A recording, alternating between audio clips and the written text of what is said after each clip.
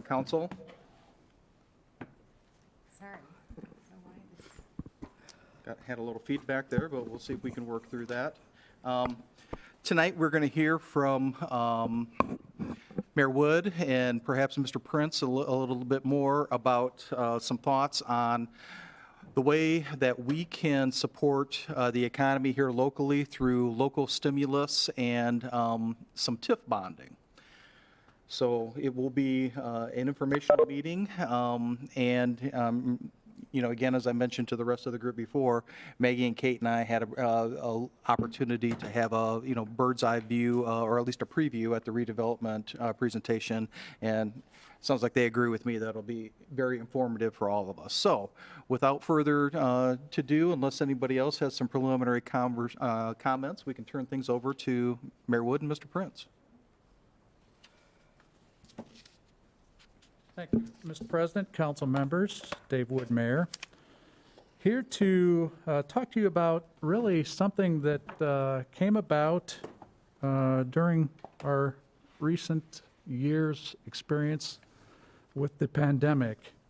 And, you know, specifically, how do we strategically kind of not only take care of our citizens, but try to keep the economy going here locally the best that we can. And you hear a lot about the federal stimulus projects and even some state level that, you know, sends money essentially to businesses, to even citizens. Well, we don't have the printing press out back that we can fire up, but we have had some tools in the toolbox to assist in this. And so we started really essentially, a little bit of a history lesson here. We wanted really kind of a three-pronged program. So we received some stimulus funding from the federal government. We partnered with local nonprofit agencies to get that funding directly to nonprofits so that they can get it directly to our citizens for things such as basic needs, maybe while somebody is unemployed. And so we partnered with many local organizations to do that, and it was, you know, another great, I think, example of how we partner with our local community. We also came up with a small business loan program that you may recall. It was low interest or no interest loans. We partnered with a local financial institution because we're not a bank, we're not in the business of making loans, but the bank is. And so we came through the council, worked with the council to come up with a way to kind of capitalize these low, no interest loans. And we came up with the terms and who would qualify. And while we made about $500,000 available, the program really was underutilized. We certainly tried to market it as best we could, and we had 6, I believe, loans over the past few months, and that was to local businesses who it may have made the difference between them keeping the lights on or not.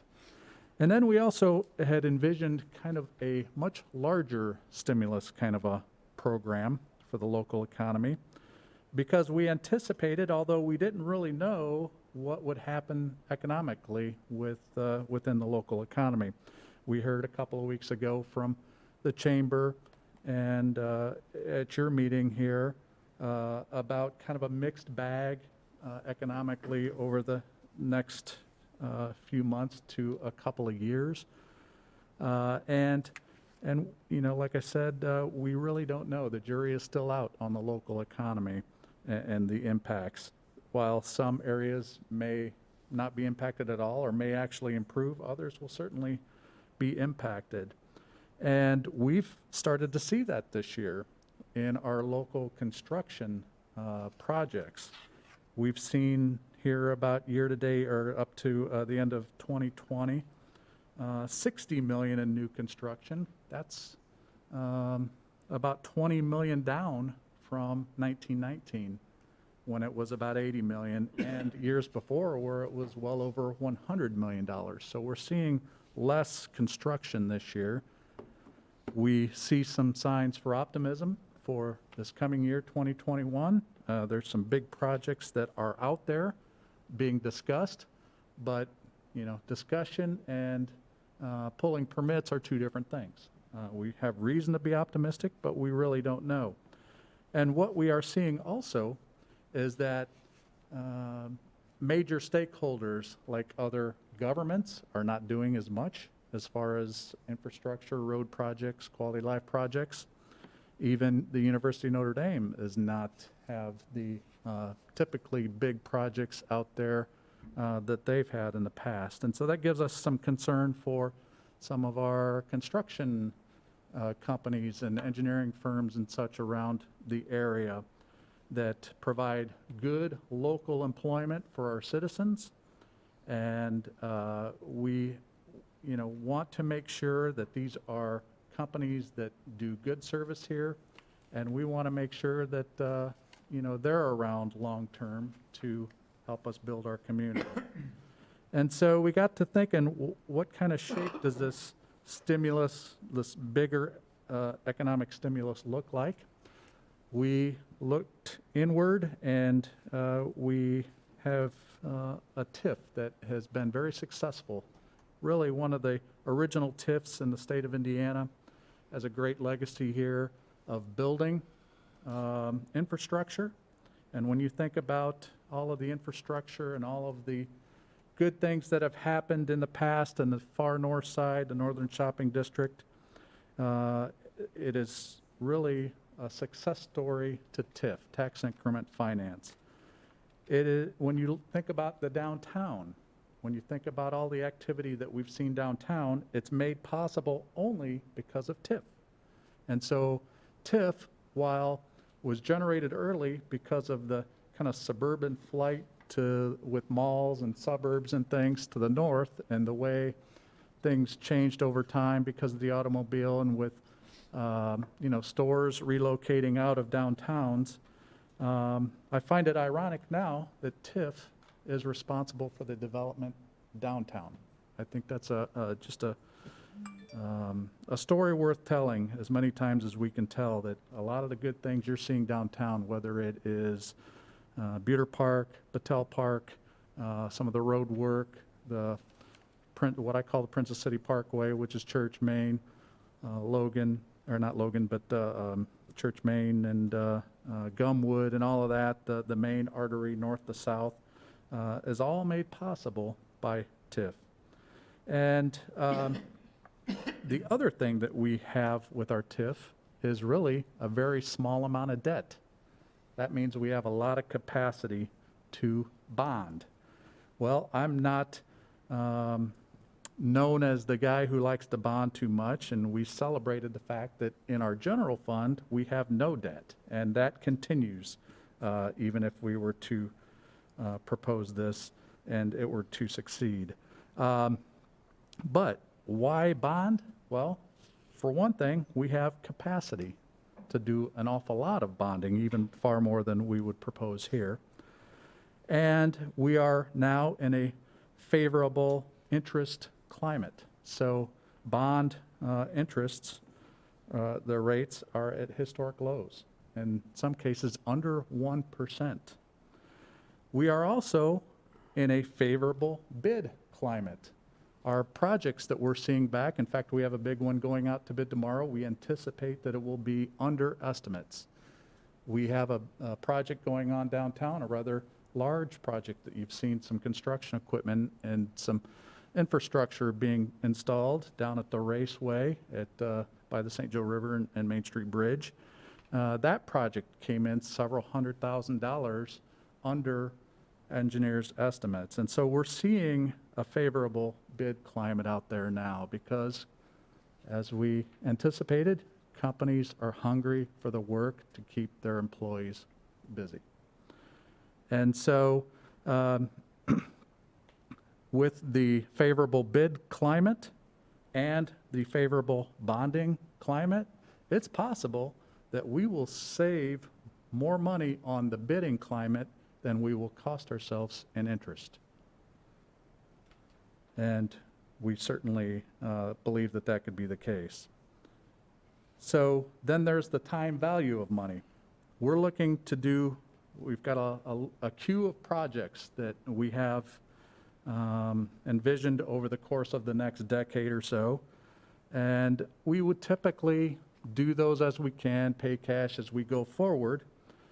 And we realize that if we can take advantage of the bid climate now, today, and the interest climate today, and build those projects today, they're most certainly going to be cheaper today than, say, 10 years out. And so we kind of take that time value of money into perspective too.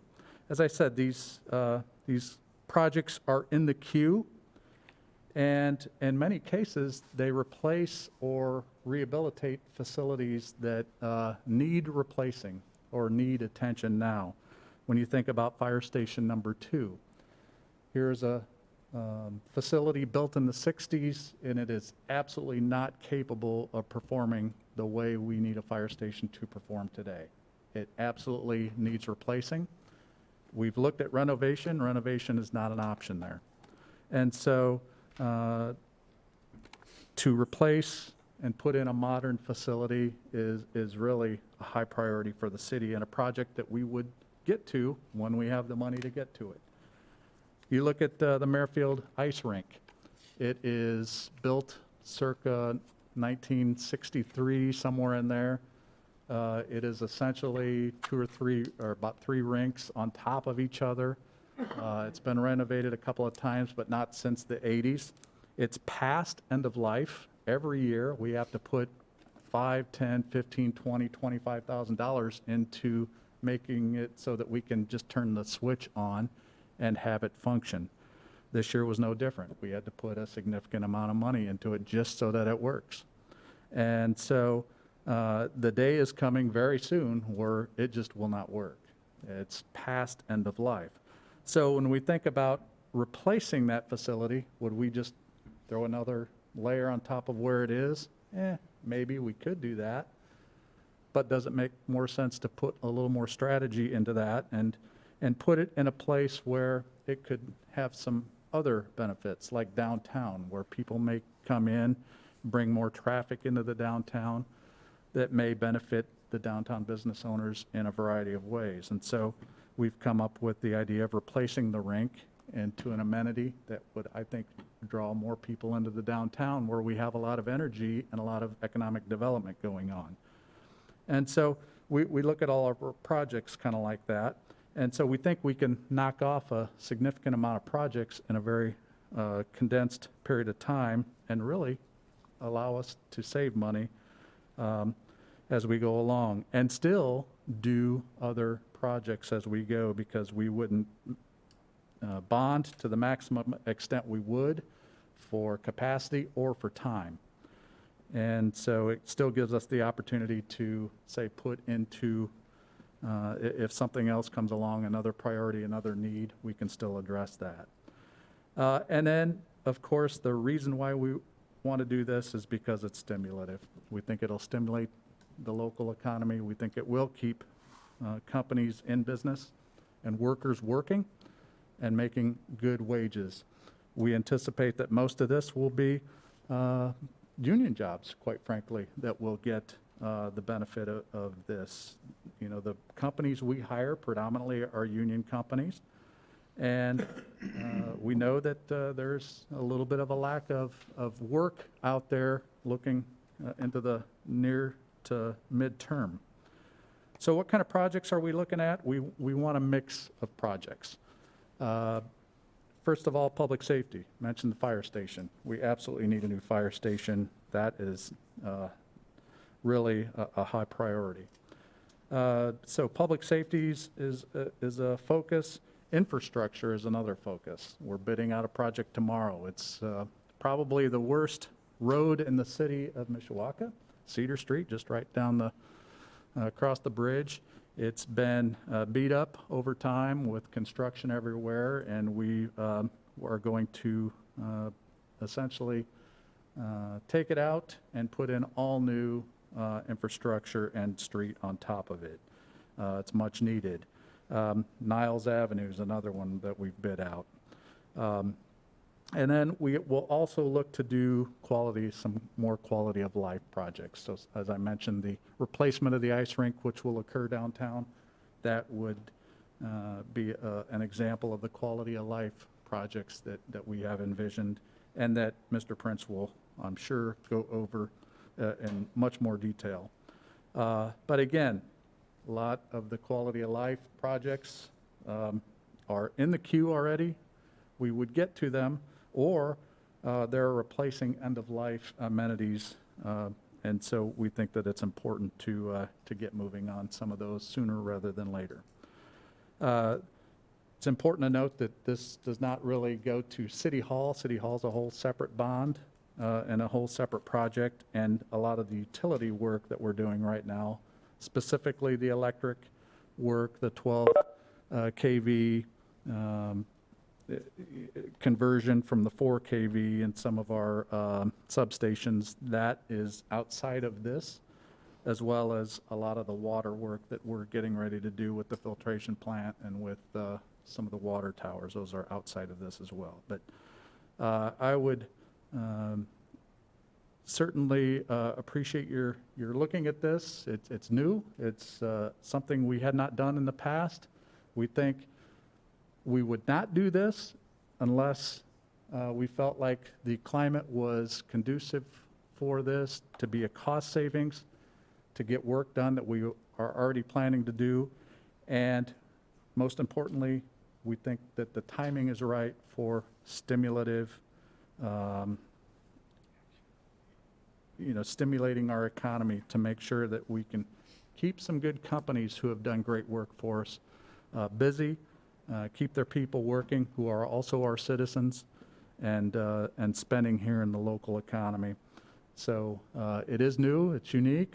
We think that it has the opportunity to be very successful and stimulative to our economy, and I would encourage your support of this, and we're certainly here. Appreciate the opportunity to come to this meeting. We also did this at the Redevelopment Commission, so we appreciate communication with you and with the public on this, and we're here to answer any questions that you may have. Thank you. All right, thank you. Any questions or comments for Mayor Wood? Mr. Emmons? Thank you. If that's okay. Oh, yeah, unless you wanna- absolutely. Yeah, Mayor, appreciate you being proactive and laying out what you did here on improvements and new construction and everything. Would that incorporate finishing up Milburn Boulevard, the few streets that haven't been done? Can those be put in a little bit quicker than, So those are or more. does this not fall into that Yeah, category? that's more of the utilities, and so that's a whole separate issue with, we're going through some renegotiations now with our long-term control plan, but we are going to be doing some more West End work specifically with our long-term control plan. You'll have to hang around for the state of the city to find that out, so. Well, I wish you would have it a different date. I'm going to be out of town. Oh, you are? Well, yeah, That's you why can, you chose that day, buddy. yeah, you can tune in. That's right, you can tune in on WebEx. But we will have some announcements about what we're specifically going to do more towards our traditional utility, sewer, our wastewater work that we've been doing. Milburn Boulevard's a great example of that. We're going to look to try to do a sustainable program over time that has a very similar kind of impact to Yeah, that. because there's So, not too many, I think there's only one street and two half streets that have to be done yet. out Yeah, there. well, we do them to strategically so that we have to make sure that we are compliant with our long-term control plans. Oh, I understand that. I was Yeah. just wondering, since you've laid out this, whether that was kind of into the plan, and that's why I just Well, asking. yeah. I'm not State of the city, criticizing. I'll I'm spell not out criticizing, some, but I'm just yeah. asking. I think you'll be pleased, state Okay. of the city, so. Any other questions or comments for Thank you, Wood? Mayor. Appreciate it. Welcome. Thank you, Mr. Emmons. Mr. Hazen? So, do we know the effect of our regular budget on these long-term plans here? Are we gonna need more firemen, we're gonna need more park workers have we looked at that, and what's it gonna affect? So, as far as firemen, the projects that we're talking about are mostly infrastructure in nature or serving our citizens. They're not necessarily by themselves bringing in new housing projects and such where we would need more, say firemen to do more, expansion in the city. We will be doing, as part of this, one of the projects does have a housing component too, which we thought was important, and that is the cleanup of the former Central Services, Central Motor Pool site on Cedar Street. We know that there's some contaminants in the ground there. We owned it. We know that that won't ever go away unless we clean it up, and we're here forever. So we have put into their cleanup of that site, and I would personally like to see in that area single-family homes. A little bit higher density than maybe you might see in a typical subdivision, but think that that is an area that lends itself perfectly to single-family homes, close to our parks, close to our amenities, surrounded by single-family neighborhoods, and in the Mishawaka School District. And so that would really be about the only, population growth that might happen is in that area. But the other projects like a new fire station or, park improvements and that type of thing would be the focus. And then, and new roads.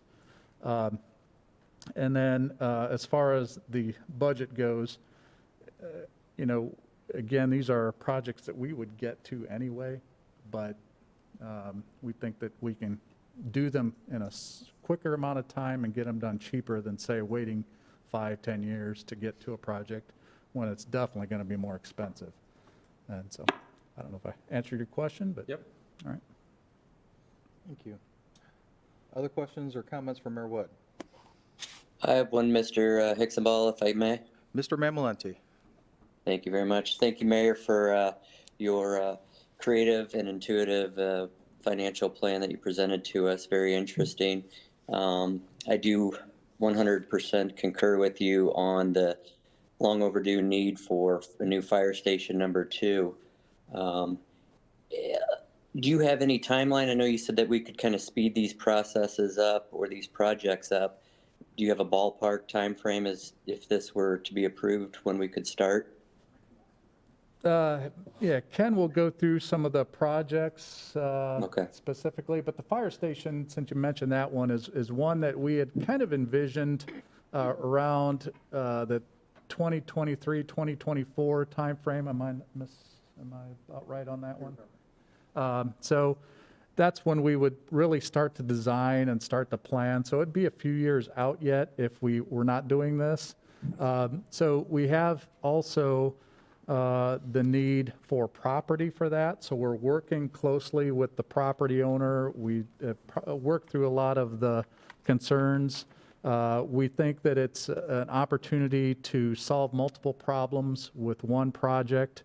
And so the site we've proposed will help School City of Mishawaka, will help a neighborhood with traffic congestion, and will also be a very good site for a fire station, which we really consider to be a new central station. We're responding to more fire calls on the north side now than we are on the south for the first time. And so that station is unique in that it backs up north and it backs up south. It serves as our busiest EMS station, and so it will have a need for more apparatus there. And so having a bigger footprint is why we cannot use the site that the station currently sits on. Perfect. Thank you. And if I could do one quick follow-up question regarding your comment about the bids coming in lower than expected. Would that have any effect on City Hall on that project? Will we have any savings there? We're hopeful. We'll know here in about a month or so. Some of those bids will be starting to come back in. And so, we're certainly hopeful we will, there's different kinds of projects. There's the infrastructure, the road and utility work, and that, we're seeing really aggressive bids come in.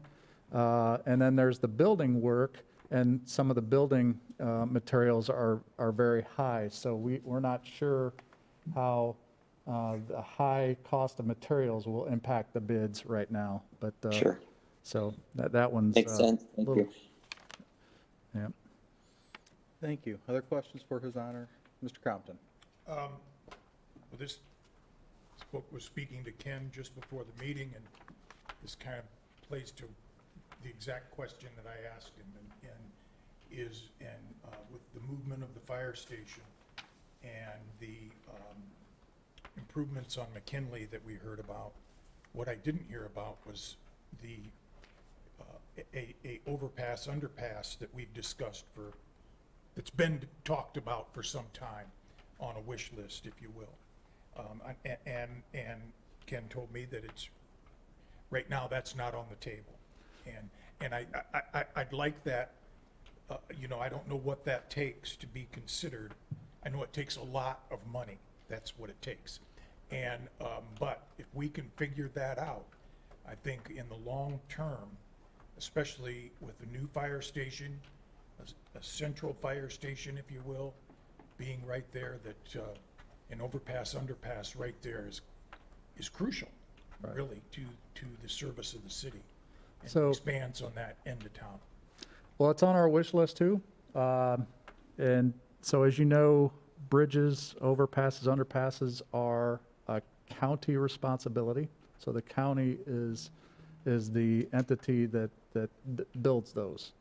And so a grade separation there, if you go above, is, you're talking 10 million plus. And if you're going below, in the form of an underpass, you're probably talking 20 million plus. And so you're talking about relocation of the road for a time. And so that's a awful big amount. In the case of the North Main underpass, the county received some federal funding for that, a small amount.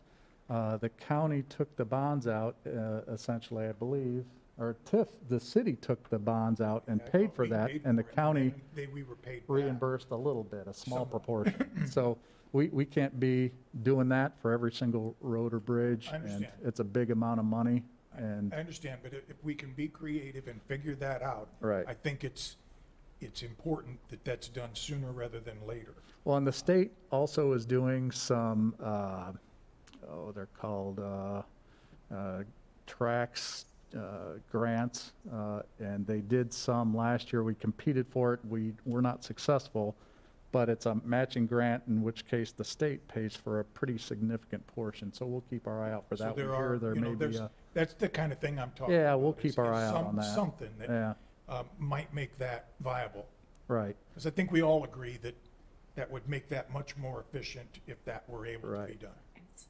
So, and, with that becoming a thoroughfare, with our work, we're kind of the bottleneck now. So if we can take our 2 lanes to 5, we'll keep in touch with the county too and see if we Right. can bump that up on their priority list, as far as a project. Well, goes. and you, as you said that, frankly, I kind of forgot that that's how that all works. And we all know people at the county level too. And I think one of our council members was, Yeah, in fact, I know he was, Yeah. one of our former council members. And he'll be hearing from me, and it wouldn't hurt for him to hear from some of the others. Yeah. That if that's a possibility, there's commissioners we're friends with, and that could all be helpful. okay. So, thank you. Welcome. Thank you. Anything else from Mayor Wood? Then real briefly to piggyback on Mr. Compton's comments, I would agree with both of you that that's a priority. There are substantial limitations to what we want to do at times, and this is one of those examples. But in addition to, talking to our friends in county government, I wonder rhetorically if there isn't an opportunity with the new Secretary of Transportation in DC, who has a local connection, that as we're trying to identify opportunities to lobby at other levels for projects that work here close to home, whether there's a way that we couldn't try to fit that into the federal matrix, and if so, I think as a council, we'd be very supportive of anything that the administration wants to pursue along those lines, and we'd be happy to be of any assistance that we can. So, who knows? You're not going to get it if you don't ask, right? But Well, we keep our ear to the, kind of to the rail on that to see what might be coming. And McKinley is a federally funded project, and so if we have opportunity, we'll certainly keep an eye out for it. It is a priority of ours too. We'd love to see it. Well, and I appreciate you keeping your eye on that collectively, and, just let us know if there's anything that we can do to be of assistance. And then the second comment I had is more of a personal nature. My sources tell me that freshman James Wood was a regional qualifier for the Marion wrestling team, coached in part by Mitchell Hicksonbaugh. Yeah. So I wanted to congratulate not only James, but his proud father on him reaching that goal. I'm sure Mr. Mamoletti, as a former wrestling coach, can appreciate that as well. But congratulations to the entire Wood family. Well, thank you very much. It was, it was a strange season, and for a freshman to make it that far, well, you just never know what can happen. So good coaching is what I would say. You're too kind, sir, but I will pass that along to Mitch. Thank you. Thank you.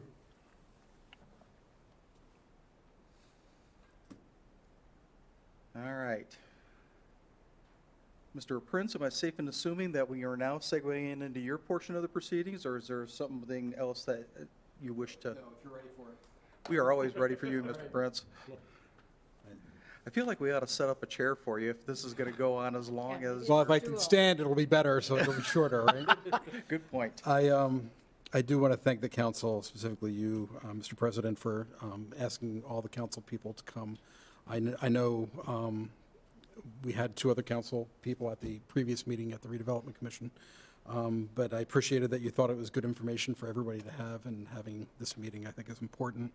Really, just to talk about the priorities of the city and where the money goes. I think that is a discussion I think that people have some misconceptions of, and I think this will provide some light to that. To that end, you were handed 3 documents as you came into the room. These documents, I believe, are also available online. If you click, our IT director has prepared that, so if you click, I haven't personally checked this, but if you check on the WebEx, I believe there is a link that would take you to the documents involved here. So if you're online, you can do that. The other thing I need to note is we originally had Catherine Finello with Krieg DeVault. She's a partner with Krieg DeVault here in Mishawaka and the Edison Lakes, planning to talk about the lease revenue bond that you were given information on that I sent to you. Unfortunately, her family had a horrible accident and she's not able to be here, so please keep her family in your thoughts and prayers. But I did ask her, in terms of a general information, because this type of bonding is different than what we typically do, to put together kind of an explanation of the ABCs of why you did this bond. And in short, and I think I mentioned this in the email, it's because of the bonding limits associated with it, that the state set up for what I would call a traditional bond issue, limits on what you're able to bond, and if based on your assessed valuation, if you use that formula only, we would only be able to bond, as I understand it from Baker Tilly, for about $8 to $10 million. It has nothing to do with your revenue stream, which is odd, because as Mayor Wood mentioned, we have the ability based on our revenue stream to bond for much more than that. And that's why the reason for the alternate bid bonding process. So with that, if you do have questions, I can try to answer them, but honestly, this is new to me as well. That's why we've retained both legal and financial counsel on this issue, and we'll provide that written explanation at a future point in time when she's able to prepare it. But in terms of the actual, one thing I will note is that as part of what I handed you this evening is the schedule. So in terms of February 15th is your Monday meeting is when this bond, in terms of the establishment of the redevelopment authority, the first step in the process, you'll receive that on Monday. But in terms of the overall process, the bonds itself the bond sale wouldn't happen until June 9th. This is how long the process takes. So just to let you know, that's when you'll first be receiving the first part of what is required to do this bond issue. The next handout that we gave you. If I could interrupt you for Of a course, moment. yes. Because of the unique nature of the financing vehicle for these projects, it may make sense, once we receive the ordinance and we have that information along with Ms. Finello's written explanation, that we think about having a committee meeting to deal more in depth with that portion of it. She'll probably do a great job in what she puts in writing, to the point where she'll answer some questions, but it's not inconceivable that we may not want to have another committee meeting to focus on the legalese. So keep that in mind, if you will, as we start to receive additional information, and certainly we'd want you to participate in that as well, Mr. Prince. And I would concur in that this is a really big deal for the city. I think it's completely appropriate to take that time and answer those questions. Next, Baker Tilly was kind enough, based on our preliminary numbers, to put together what the financing would look like. I'm not going to walk through those numbers. We have enough numbers to walk through this evening, but that's the second handout that you were given that shows what a 12-year bond issue would look like with $45 million of net proceeds. So this is what has been plugged into the TIF priorities and cash flow, which you were also handed this evening, and that's what I want to take the time to go over. So if you don't have any questions on Baker Tilly, and again, as part of the informational meeting, if we have one regarding the legal put together of the bond issue, we can also include finances as part of that as well. Absolutely. And have a separate meeting that covers those issues. Is this bonding, was it in the toolbox, or is it something new that they just made available? No, my understanding is it's in the toolbox, and most recently, and I don't follow other communities, but my understanding in my brief conversation with Ms. Finello was that South Bend used a similar process when they were bonding for the South Shore improvements, that they did that lease infrastructure out by the airport in order to fund that project. And other communities have So it used has it across been the used state. around the state before? Correct. Real quickly here. Yes. Mishawaka Redevelopment Authority, who is that? So currently, we do not have a redevelopment authority. I didn't think so, but who will that be? It will be a 3-member board that's appointed by the mayor, according to the Indiana Code. Very good. Thank you. I'm sorry, Ken, what did you say, a 3-member board? That's appointed by the mayor, Oh. and that's per the Indiana Code.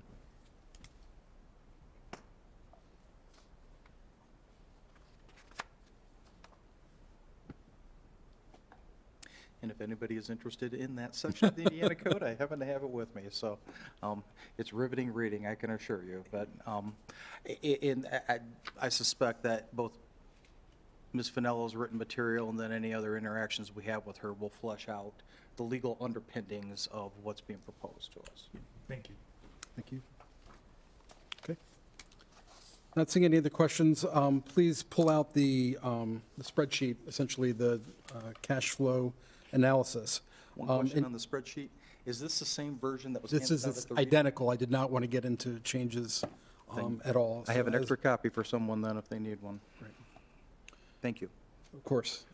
So the first thing, we have all the different projects and priorities of the city broken into different areas, and we'll be going through those one by one. We start off with the debt. So let me first explain the color coding that you have in front of you. The gray areas that are highlighted are those that are committed. These are expenses that we've already committed in some way, shape, or form on behalf of the city. So of course, all the debt has been highlighted. Those that are associated with the stimulus, whether it's a project or the debt itself, has been highlighted in yellow. So you can tell the projects that are associated with the stimulus directly by they're being highlighted in yellow.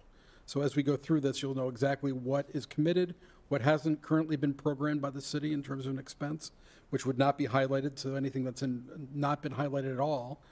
Currently, we've identified it as an important project, we just don't have the funds for it within this funding cycle. The funding cycle we have 2020 on there because we needed a place for those expenditures that have been committed that haven't been expended yet. So that's why that 2020 number appears there. But then the funding for the remainder goes through 2026. So normally we do this in about a 5-year increment, and we push this out 1 year further just for the benefit of the cash flow analysis. Ken, can I interrupt for a minute? Yes. Thanks. So when you talk about the gray, being projects that are already committed, these are projects that are already going to be funded by TIF? Correct. Okay, thank you. Any other questions? I'll roll right into it, and feel free to interrupt. This is, I'd like this to be as informal as possible. So, ongoing debt, first is the Patel Center bond issue that we did in 2015. This was the $1 million that we borrowed to keep our, what they refer to as legacy TIF. So the state basically passed a law that said that if you didn't have debt associated with your TIF, it would go away. We didn't want that TIF to go away, so we did a $1 million bond for it, and that extends the life of that to the maximum possible, which I believe is 2039. As part of our discussion on TIF, 2039 is essentially the end date of TIF as we know it, barring some change to law. There's other portions of our TIF that were adopted at different portions in time that expire before that, some in the early 2030s. 2030s, yes, that's correct. I didn't want to say 1919 like the mayor did, so. I'm picking on you, Mayor, I sorry. wondered if I heard that. Yeah, okay. So when we did that, I thought that would be a cap of $1 million, but it's not. It just extended the TIF. You know what I'm saying? When they said, hey, it's gonna go away unless you have something TIF. Correct. So I want to say So the legacy portion, right now in the tax increment finance district, we typically have received income from that. Much of it's committed, but between 17 million and 20 million dollars a year from that, of which about half of that is associated with what I would call the legacy TIF that was adopted before they had specific expiration dates identified within the TIF districts. So when the state said we want to radically change how people do TIFs because people weren't expending the money, they said we're going to cap an end date to it. And they basically said then in 2015, if you don't have any debt associated with it, it goes away immediately. And so that's why that $1 million. So that extended that revenue stream until 2039. I understand that, but at that time, I thought that legacy TIF would be capped at $1 million, but No, it's not. It no. just extended the ability to It have. extended the ability throughout that.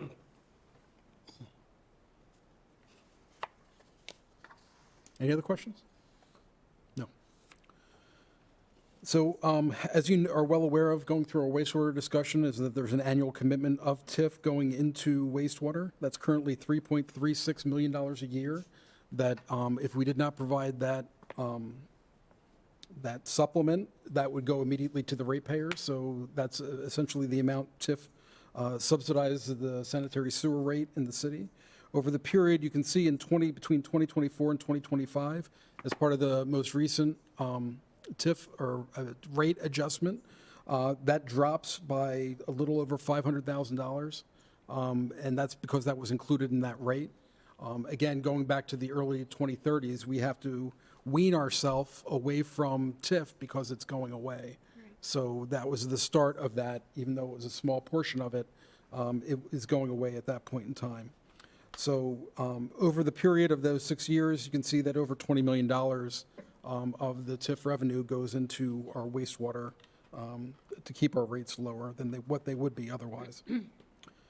The next is the Flaherty and Collins bond issue for the infrastructure, including the parking garage that was built downtown.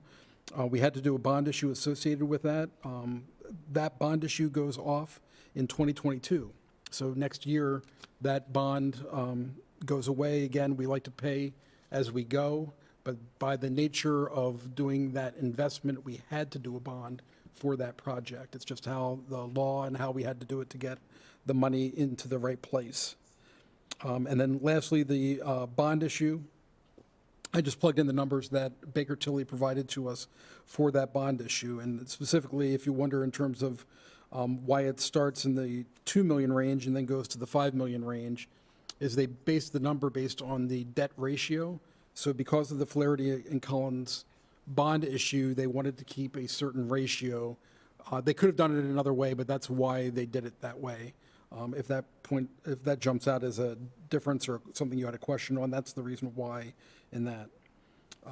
So that covers all of our debt that we have or envision. And the other thing I'll say is, the mayor said, is right now in the TIF district, we still have bonding ability. So if we had a I'll use AM General as an example. If we have the next AM General come and they need significant infrastructure improvements to get there, we have historically looked at TIF as the financial vehicle to get there. If we were able to use it, we would be able to use TIF to do another bond issue that would provide that infrastructure for that project. So right now, we have 98% of the cash flow projected through 2026 for the TIF as part of this. And that 98%, we can re-rack the numbers and go into more debt through another bond issue if the right project came along. This is our current projection. We have that ability, and we have that ability to do with standard financial coverages. This is not anything that we would be going, oh, this is horrible, we're going into deep debt. No, we would re-rack the deck, if you will, in order to fund that type of project. So we have a great deal of flexibility. This is just the current scenario that we're walking through. So in terms of CSO storm projects, that's in the brown, that's the next area. The design consulting that we have associated with the long-term control plan sewer separation, we fund a portion of that element out of TIF. That's to the tune of $1.7 million. The mayor mentioned Crawford Park, Niles Avenue. We have that as a stimulus project, but we take bids on, Crawford Park has already been awarded. That should start construction in the spring. Cedar Street, Mishawaka to Madison, we take bids on that tomorrow. So that's the project the mayor was referring to. Both of those constitute about $4 million together in both storm sewer, but also transportation related improvements. And then we have some other, the 8th Street Wells to Logan, that's plugged in here, 2024, 2025, but not funded. And 4th Street to Pine, we had a little bit of money that was, I believe, some surface improvements that we were holding off on. That's that $60,000. There's no additional project there. That's just cleanup of a project that had already been completed. So there you see the total amount issued is roughly, the committed to that line item is roughly $6 million over the next 6 years. The Judy Creek Wellfield Regional Recreation Facility, this is Veterans Parkway to Cleveland Road. These are all identified as committed. These are all associated with basically extending Veterans Parkway to Cleveland Road, and also to help facilitate a regional recreation facility to be constructed on the property that we purchased as part of the reconfiguration of the well field. As you're probably well aware of, hotel motel tax, the state is currently considering increasing the percentage from 6% to 8%. This matches areas like Evansville and Fort Wayne with that increase, and it still remains lower than Marion County. But as part of that, they would increase the percentage going to Mishawaka. It would go from 0.6%, which is currently committed, to 1% of that tax would go to build this regional recreation facility. And so right now, and you've seen the feasibility report that President Hicksonbaugh had me forward previously, but right now that would have over 10,000, in the tens of thousands of rooms it would fill a year in terms of hotel motel. And also it has significant impacts on local businesses in terms of the shopping and restaurants and bringing that outside money into this community. So again, very important. I won't walk through the individual projects. I'm happy to do it, but as you can see here, it is a phased approach. So the very first thing that has to happen is we need to build a sewer lift station, and we need to extend the road, well, I'll say is a little bit to get to the frontage of the property. We also have to square up the property. The property we originally purchased was only for the golf course reconfiguration, so we've talked to the Penn family about buying more property at a reduced rate. We can't even bring that proposal to you until we have that final feasibility from the prospective developer defined. Once they define that area, we can have the engineer identify the tract of land. From that, we appraise the land and we will bring it to the council for adding it to the acquisition list. So that's in terms of process that we have to go through to get that to you. But that is currently what's envisioned and why there's property acquisition funds identified in the short term. Longer term, there's longer term acquisition required if we don't have a development partner on property that's not owned or not under the Penn family, which we've been working with. We may have to acquire property to get the road to Cleveland Road. But we think long term that that's the right move to get the right amount of traffic in and out of the recreation facility that's envisioned. This is a big deal. So I just want to say that this is, when I think of economic development in Mishawaka, I know this is not traditional economic development, but this will be a $50 million facility thereabouts that would be constructed, that would bring people from not only, I would think not just around the state or this region, but the developer has talked about this is a good alternate location to Chicago to bring people to. So we think that there's a real opportunity here to provide this type of amenity and to take advantage of that right here on the north side of Mishawaka, where a lot of those amenities already exist. If that project doesn't go, does these go away, or do we still do these to attract other people? So this is my personal belief, but my personal belief is the project is not going to go away. So right now it has a designated funding source. I think the only thing up to debate is how big of a facility would ultimately be constructed. I think there are also other financial limitations regarding there's some poor soils up there. So we may choose to finesse if a smaller facility goes in.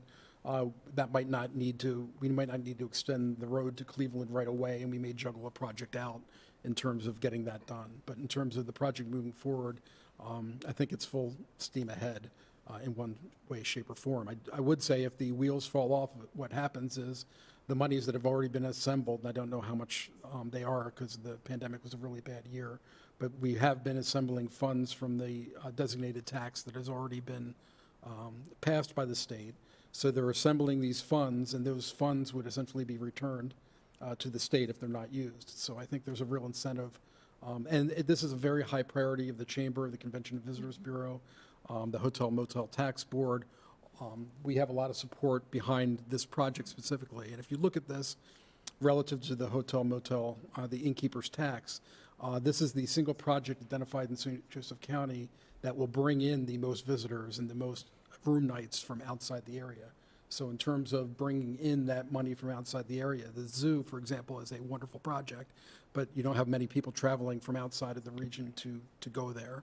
So we think fundamentally this project will move forward in some way, shape, or form. And if I can follow up real briefly, as fate would have it, I had a conversation with Senator Nizgotsky today about the Senate bill, and as I understand it, he's one of the primary sponsors of that He is. bill that would make the change in the hotel motel tax rate. And this all relates as well to the proposed resolution that we received from Jeff Ray in the wake of our prior meeting that he's asked us to consider. So in the coming weeks, we may have an opportunity to be able to chime in more forcefully on this issue in support of this project if we so choose. This is also one of the, and so that subtotal, again, primarily infrastructure improvements, but that would be $12 million, roughly $12 million of commitment to extend that road to Cleveland Road and provide for the necessary improvements. The other thing that I've asterisks and have down, and we have this in another location in this spreadsheet, is in this case, the developer may be looking for TIF to be invested immediately back into the project. Other communities have done that in the past. We've usually done it a different way. For example, the Flaherty Collins project, that was one of the options we had there that it didn't meet the threshold, and so we didn't consider it, and we just did an immediate cash flow. But the nice thing of what happens, how you fund a project is you create a separate TIF, and you allow the tax revenues that are generated, the additional tax revenues generated, to be invested back into the project. And so that provides for a longer term, so it might be 20, 25 years that they're looking for the tax revenue generated from it to go back into the project. This is a discussion for another day, but I wanted to bring this to your attention because it is a viable funding or way to fund projects that wouldn't otherwise be considered. The other advantage it has is if we know that type of subsidy is required to get it done, and I use downtown, for example, we wouldn't have a parking garage in downtown Mishawaka if we weren't able to fund it. In this case, we probably wouldn't get the facility that we'd like unless we were willing to subsidize it to bring, for example, right now they're considering adding ice to the facility that's envisioned. Ice is a very expensive prospect, but it has a very nice complement to what the facilities that already exist, specifically with Compton and the Icebox in South Bend. So you have to look at it as a cost benefit of what we'd like to pursue, but that is one tool that we haven't used in the past that we may be asking the council to consider in the future. But again, that's a discussion for another day. So unless you've got questions, I'll move on to the next sheet. Downtown projects. So downtown projects are plenty. We never have a shortage of them. So a lot of these have to do, the first ones have to do with the Ironworks project, finishing out phases 1 and 2. A lot of the 500,000 that you see in 2020, that's already been spent.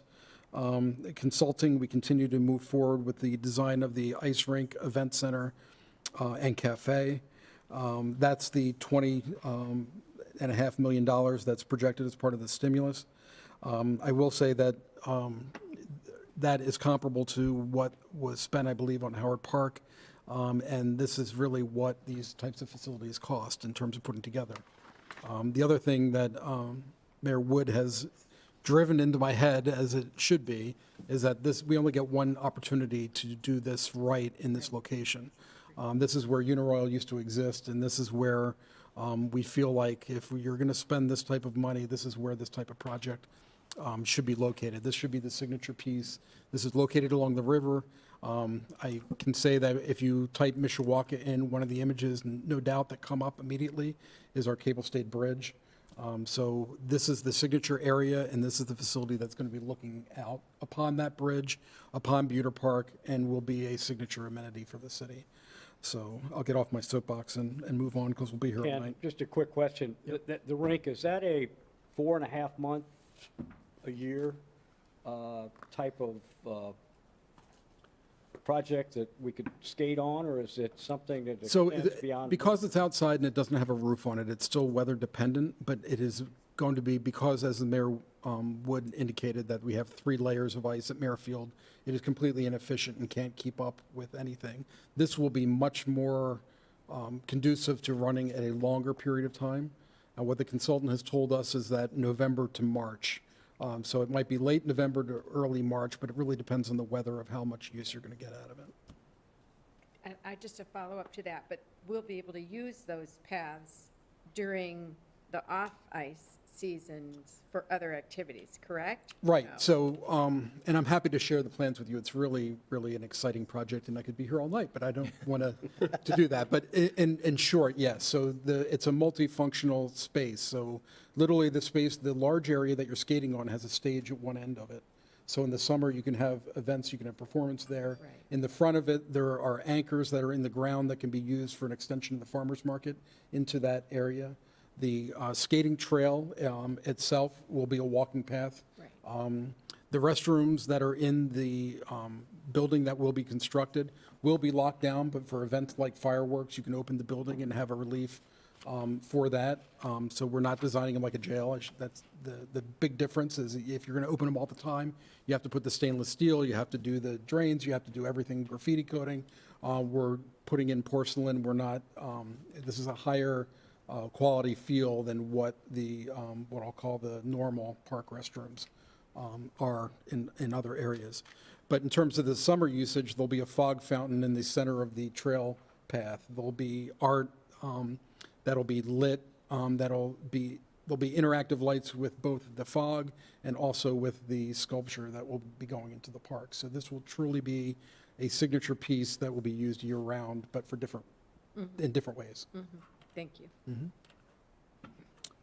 Anything else before I move on? All right, so we have a development agreement with Scott Zavon for his Riverwalk Apartments condominiums. We've asked for an update on that with the abatement process that should be coming in shortly. The Front Street main turn signal and utilities. This is the area of providing an additional signal at Front Street that requires the widening of the road. The Ironworks private development, Front Street LLC, we have a development agreement with Pat Matthews Company to build a project similar to the mill, but smaller in scale. It doesn't have a parking garage on that property. That $250,000 number is only for the, what I'll call the mitigation that might be required because of what used to be there. Everything underground is associated with that. We're really not spending, our money is going into the widening of Hill Street, which is another project on this list. Ironworks private development, Mill Street to Front Street. We had this plugged in previously, but Our discussions with the developer fell through, so that's no longer highlighted and has been pulled off the list. Ironworks private office, commercial, front and main. That's that sliver by the 112 building that we purchased back with the approval of the council. So that's again for the underground that may be located there for the prep of the ground. The Ironworks development, West Street, extension of Hill. So the area that, the parking lot that we just built where the rink and event center will be on one side, on the east side of Hill Street.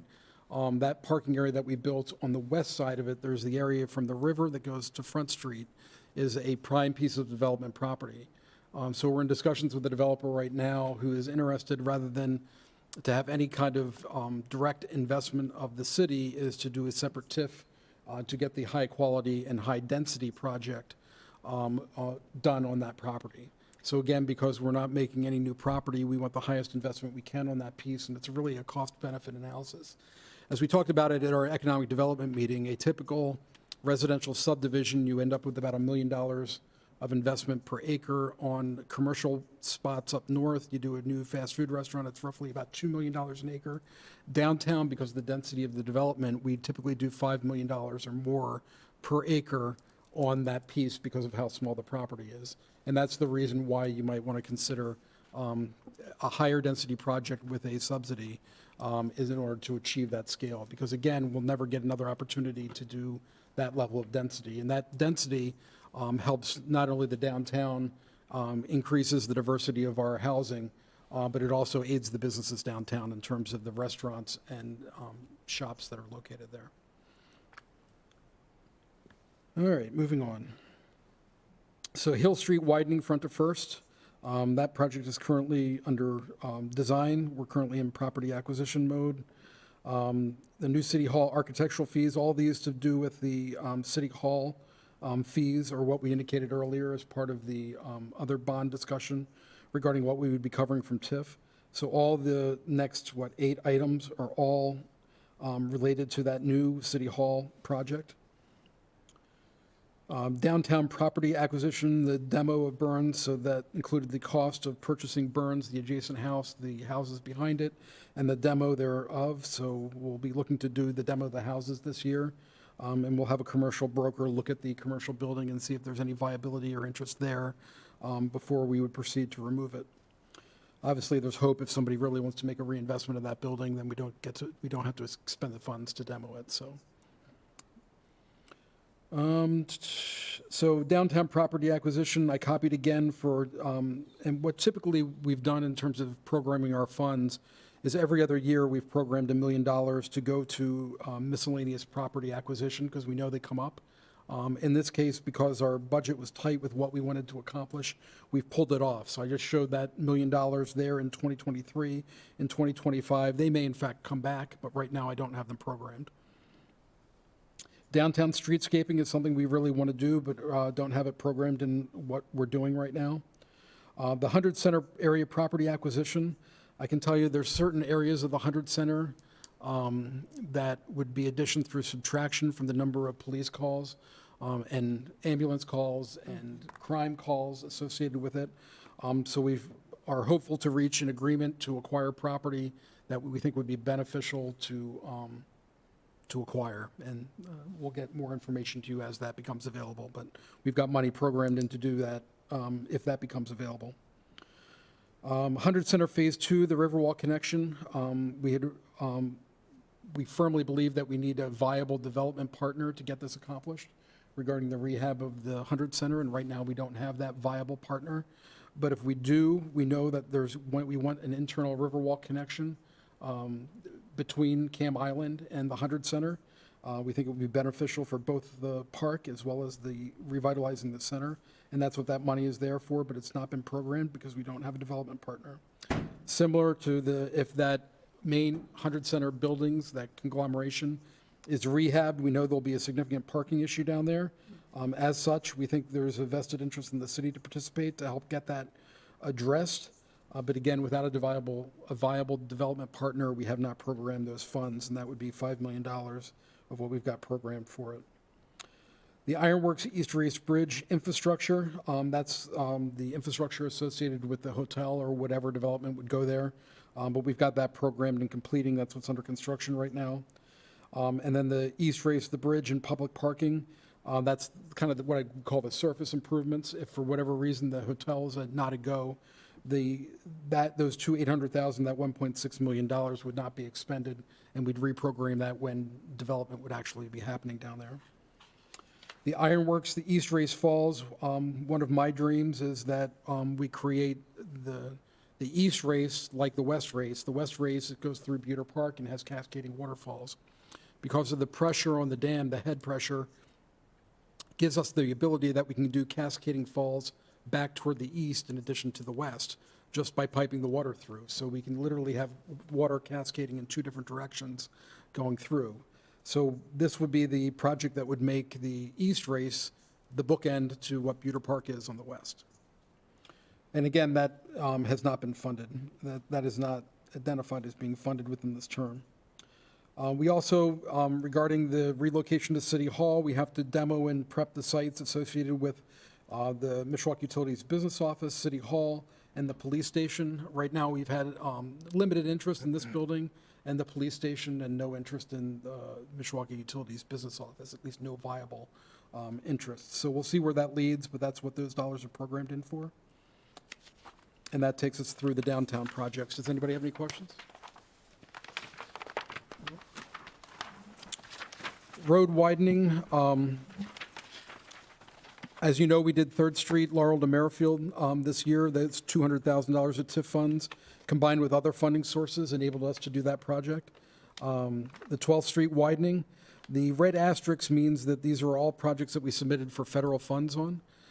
So typically, we fund all the design and the consulting, and then the federal government provides an 80% match, or we provide a 20%, they provide 80% for the construction dollars of a project. So when you see that red asterisk, that means it's the consulting dollars, or later in the time period, it's the construction dollars associated with it.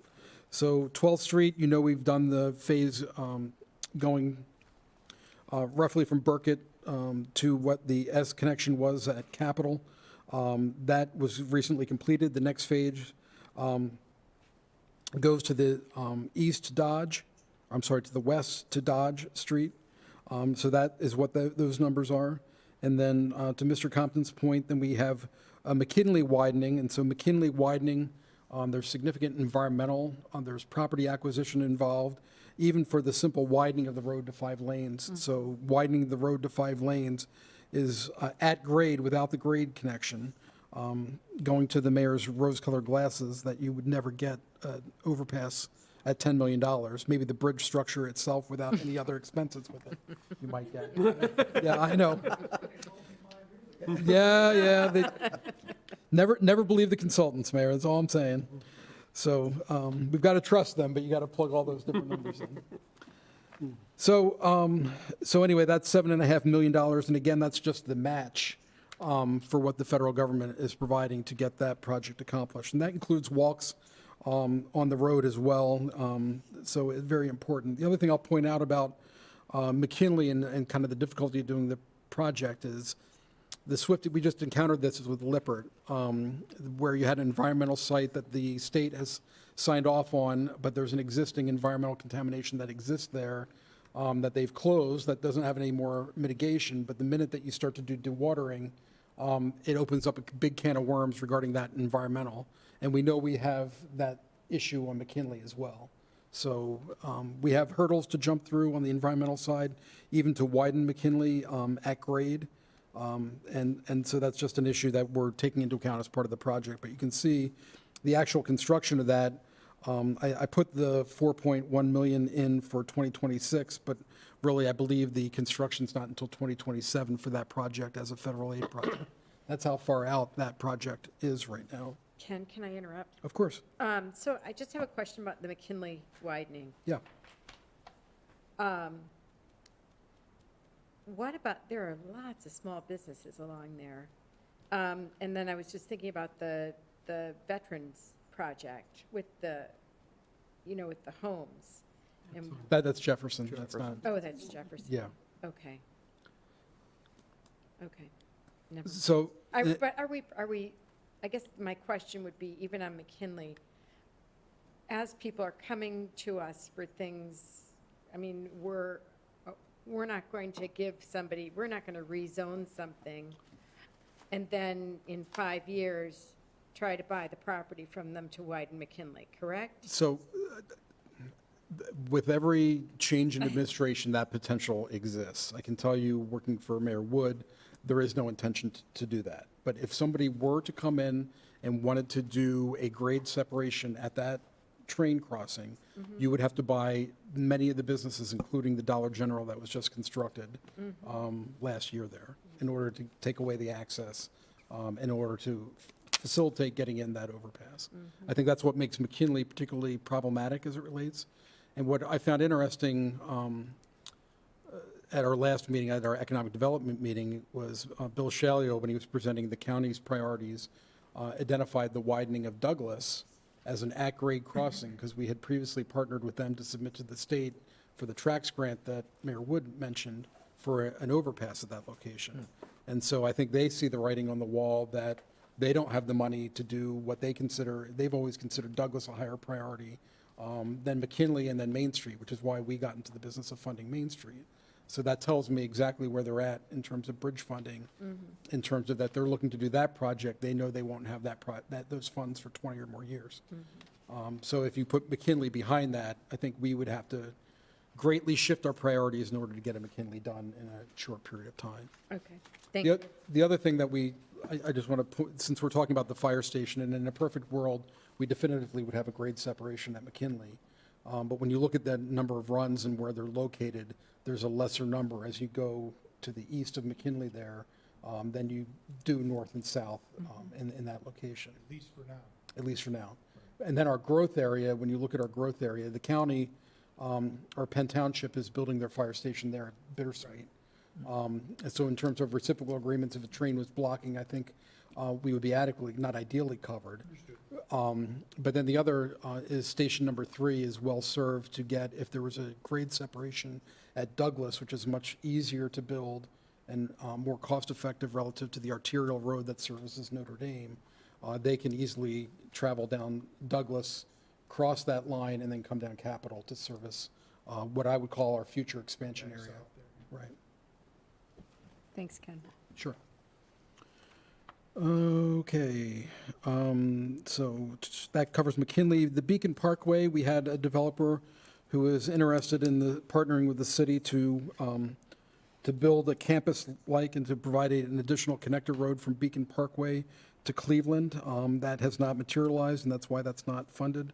But we have it on the list because we think it will happen at some point. The Beacon Parkway pathway connection, we just actually had a conversation about that today. Beacon got tired of waiting for us, and they built a portion of it already, but we'd like to take it the rest of the way, so we're applying for a grant to take it all the way to Fur. So that's what that $500,000 number is for. The Logan Street rebuild, again, this is work that's already accomplished, that's waiting to be paid. Douglas Road Grape intersection full build. This gives you an idea of how expensive projects are. So with the acquisition, this would require the reconfiguration. To make that intersection work as it should, we'd have to acquire a portion of the Steak and Shake property and blow out the intersection, not the building itself, but essentially push all the parking to the north of them. And with the acquisition and the costs associated with that, and again, our infrastructure projects like this, if you're talking about building it in a green field, they cost much less. When you talk about doing it at Grape and Douglas, 2 arterial roadways, it's much more because we continue to want to push traffic through that intersection. That's why that number is $5.8 million. But again, it's not funded within the cycle. It's just about making a choice on priorities, and right now that's not the highest priority. I will say the turn lane that was built next to where the Verizon and Dunkin' Donuts helps immensely in terms of moving traffic through that area. So we feel like that was a win. Union Street, we know we are going to have to widen. We've always talked about Princess City Parkway when it changes names 5 times. When you go from Bremen Highway to Union Street to Church Street to Main Street to Gumwood. That is the corridor that I'm talking about, and right now it's 5 lanes, right up until you get to about 8th Street, and then it narrows down to 3 lanes, or then it goes to 4 lanes, and then as you get south of 12th, 13th Street, it goes down to 2 lanes with a center turn lane. The trouble we have with some of these projects is that we definitively know it needs to be 5 lanes. The question is, who do you take out? Essentially, we need to acquire homes, we need to acquire businesses to widen that roadway. And right now, we have a consultant that is looking at that and developing options that we will at some point in time present to the council and then present publicly for input, just like we did for McKinley. But right now, we know that's a critical need. So right now, in the early phases of those next 5 lines, we just have planning money set aside to identify that. And what we struggle with is we see properties come for sale, and we want to say we want to bring them to you for acquisition, but we're not sure if we're going to need them or not need them for that widening. So we don't know if we're going to go east or if we're going to go west and exactly where. So until we have the engineering, it's really premature. I will say when Family Express went in, we very specifically allocated the room that the consultant designing it designed that with that right-of-way in mind. So the larger lawn area that you see in front of Family Express gets greatly reduced. Particularly when you look toward Dragoon, when you put in a turning lane there. All of that, their sign and the car wash and everything was designed with that future road widening planned. So Good. knock on wood that they did their engineering correctly and we don't have to have a problem in the future with that. And again, that's a phased approach. So right now we only have phase 1 funded, and that's in 2026. Jefferson Boulevard, we would love to take that down to 3 lanes, very much like we did from Fur Burkett as you head to the east. We'd like that section to carry west. We just don't have it in the budget right now, but that would give us the ability to put a decent walkway on at least one side of the roadway by reducing it to 3 lanes, and we think that's appropriate. Main Street, Douglas Road, on the trail and walks, we've continued to try to fund walkway improvements, and even though we don't have it funded in this cycle, we will continue to try to do that. A good example is the convenience store that was approved at Main and McKinley. We are having them put walks in as part of that and maybe extending it further as part of our work in that area.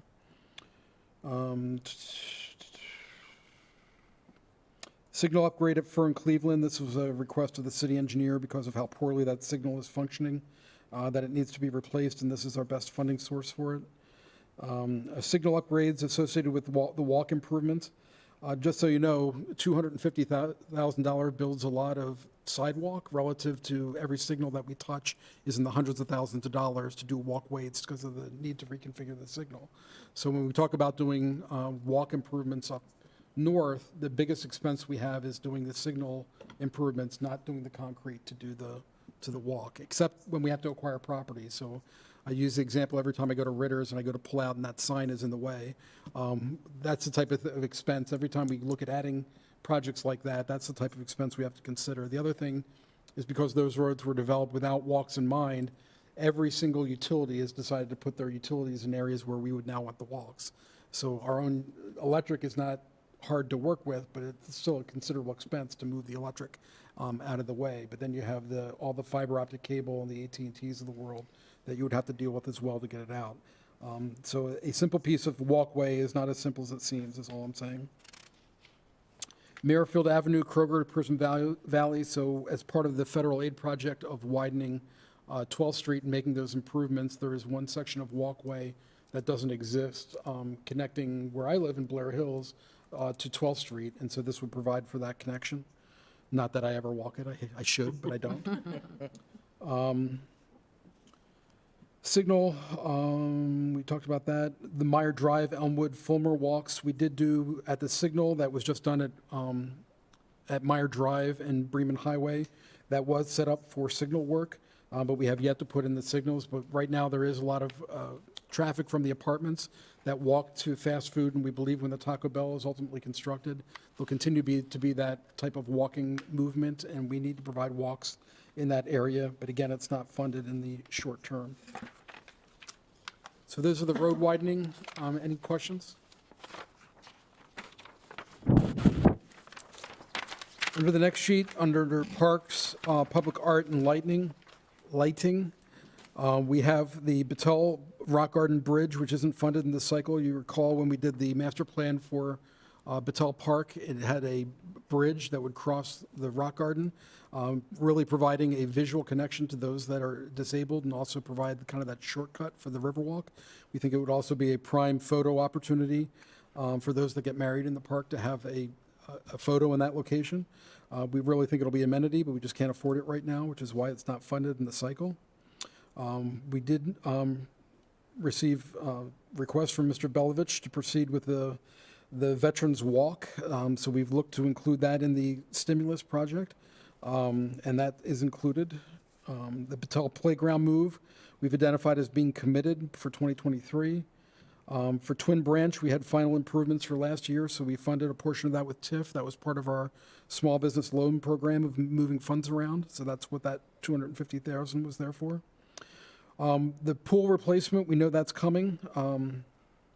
We don't have it funded right now because with the liner that was just approved, we think we'll get at least 10 years more out of it, and we plan to do, we don't identify it here, but there's going to be a small zip line and climbing wall where the old platform used to be that'll be installed this year.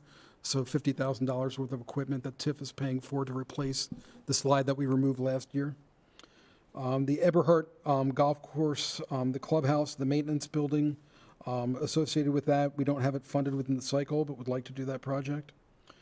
Normain Park, the master plan and restroom replacement. Per Mr. Compton's request, we've included dollars in this to do the master plan for the park. We're not quite sure what that park will be over time, but it starts with doing the master plan. So this year, we want to get that going. And then next year, we want to, the first part of that will be replacing the restroom. It's one of the worst restrooms in the city. So we want to make sure we get that replaced in short order and have that as part of the stimulus package. We then move into the regular funded items, including the Normain Park improvements, which are yet to be determined, but we've got identified as $2.7 million. The Rose Park design, we completed last year. We intended to have neighborhood meetings as part of that, but we didn't, primarily because we went through this list of priorities.